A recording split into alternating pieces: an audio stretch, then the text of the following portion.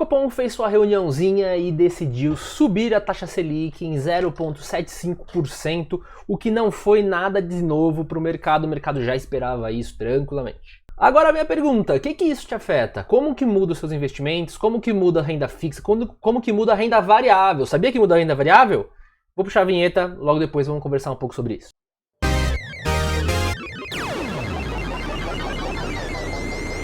Eu me chamo Alex Vigato, eu sou consultor financeiro pessoal e eu tô aqui para falar hoje sobre investimentos. Mas começando, vamos pegar do começo, calma. Primeiro, o que é taxa Selic? O vídeo não é para isso, mas eu vou passar rapidamente sobre o que significa Selic.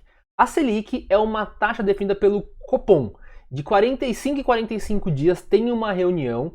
Isso é uma ferramenta que o governo tem para controlar a quantidade de dinheiro que tem no mercado. Então, por quê?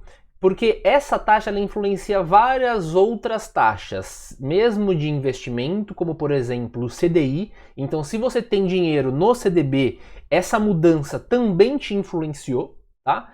Tanto as pessoas querem pegar crédito. Por quê? Porque essa taxa, não é exatamente porque tem a taxa over e a meta, isso daí é uma taxa de meta que eles passam para o governo. Então a taxa meta é algo que o Copom estipula, mas essa taxa negociada no mercado então flutua um pouco. Essa taxa é dada pelos bancos para empréstimo entre eles. Então o Itaú quer emprestar para o Bradesco, por exemplo. Essa é a taxa que eles vão usar como referência para fechar o caixa. Então logo, quando esse dinheiro tem um custo mais elevado, eles repassam esse custo para a galera que está pedindo crédito. Seja cartão de crédito, seja limite pessoal, empréstimo pessoal, realmente, financiamento, tudo isso é influenciado por essa taxa. Então é um mecanismo para controlar a doença inflação, porque ele controla o quanto de dinheiro ele está aportando no mercado. Logo, ele diminui essa inflação ou aumenta dependendo do período. Mas obviamente afeta muito mais do que eu falei até agora. Agora eu vou entrar na parte dos investimentos. A taxa Selic é um balizador para o mercado. O que isso significa? Dependendo quanto está a taxa Selic, você vai avaliar outros investimentos. Então, no momento, a gente está falando que a taxa Selic ela aumentou de 3,5% para 4,25%. O que quer dizer que a taxa livre de risco é como o mercado coloca ela, né? Essa taxa livre de risco é um comparativo com outros investimentos. Por quê? Porque na hora que eu investir isso daí no mercado, eu vou querer ganhar mais do que essa taxa que, sem fazer nada, ela já vai me render aquilo. Então, quando eu invisto em ações, fundos imobiliários, no exterior, por exemplo, o que eu quero é que o que eu ganho supere essa taxa Selic. Então é a taxa Selic mais um prêmio pelo risco que eu estou correndo. Então vamos pegar no passado, essa taxa Selic já chegou a 14,25%. Quem queria agora 14,25% de taxa? Eu queria. Por quê? Porque isso quer dizer que no ano, sem fazer nada, você investindo isso no Tesouro Selic, que é o mais simples de todos, você já teria esse retorno de 14,5%. E isso eu estou descontando a inflação, estou tirando fora dessa conta a inflação para não complicar mais, mas eu tenho um vídeo falando sobre taxa de juros real, que é o que você deve usar para fazer seu planejamento, e eu vou deixar aqui no card acima. Alex, eu não entendi ainda o que isso me influencia para investir nos meus fundos imobiliários, nas minhas ações quaisquer. O que a taxa Selic me influencia? Ela influencia na atratividade. Por quê? Dependendo quanto tiver essa taxa, ações, investimento com um risco maior se tornam menos interessantes se ela não estiver dando um retorno extraordinário. Então imagina você investir em ações enquanto a Selic está 14,25%. Então isso é uma ferramenta para também mover você, atrair você para essa renda fixa, ou então diminuir esse seu aporte em outras coisas e o próprio governo te pagar uma taxa a mais pelo risco dele. Tá? Então vamos ver agora exemplos reais do que aconteceu quando a taxa Selic estava lá em cima e uma ideia do que pode acontecer para agora. Vamos para a tela. Então vamos pegar o momento que a taxa Selic estava 14,25 para ver como o mercado reagiu a isso, tá? Claro, teve vários outros fatores influenciando nisso, mas é para a gente ter uma ideia do que pode acontecer, tá? Então, ó, a gente está pegando aqui de 2015, tá? Então mais pro finalzinho de 2015 aqui, tá? Até 2016 inteiro aqui, ó. Então vamos puxar 2016, 2016. Então a gente vê que primeiro teve uma queda aqui, certo? Então teve uma queda nessa mudança de taxa, nessa expectativa que o mercado está tendo. É importante que, como eu falei, esses 4,25 que a gente está agora, já era esperado pelo mercado. Então o mercado ele sempre vai precificar o futuro, não agora. Então, quando a gente está trabalhando com 4,25, o mercado já está trabalhando, o mercado já está simulando outras taxas ao longo do tempo. Então, ele sempre vai trabalhar com a taxa esperada futura e não a taxa de agora. A taxa de agora ela vai influenciar no quê? No retorno do seu CDB, no retorno da sua taxa Selic, no retorno do seu IPCA, por exemplo, porque aquele prêmio a mais do Tesouro Selic e do IPCA, ele vai ser também influenciado por o quanto será negociada a taxa Selic, tá? Se você não entende o que é tesouro direto, as diferenças entre tesouro direto pré-fixado, IPCA e o tesouro Selic, com juros semestrais, tudo isso daqui eu vou deixar no card aqui acima para você, tá?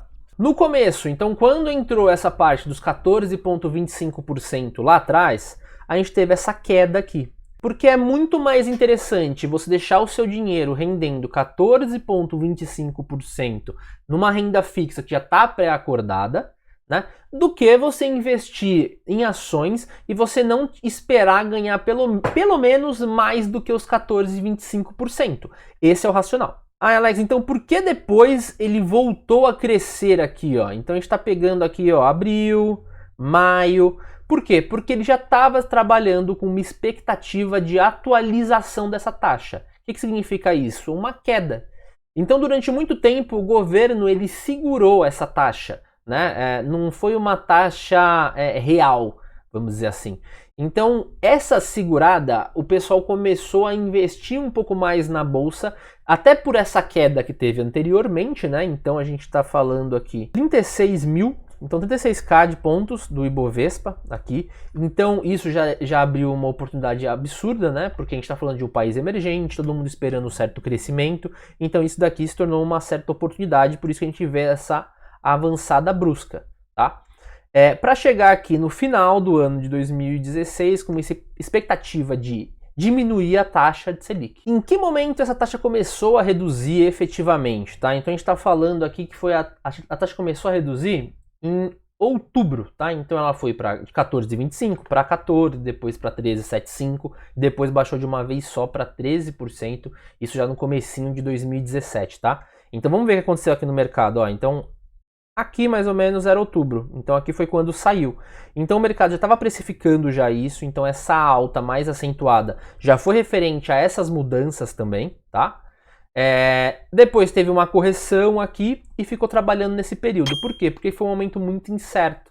Então aqui a gente está falando de ano de eleição, a gente está falando de um monte de proposta jogada que o mercado fica meio inseguro quanto a isso, tá? Mas a gente vê que foi um período de acumulação aqui. Então ele ficou sapateando aqui no mesmo lugar para depois dar uma arrancada mais forte. E essa arrancada mais forte aqui, a gente está falando de julho de 2017, em julho já está trabalhando mais ou menos aí com 8,25 de taxa Selic. Então aí já ficou mais atrativo. Por quê?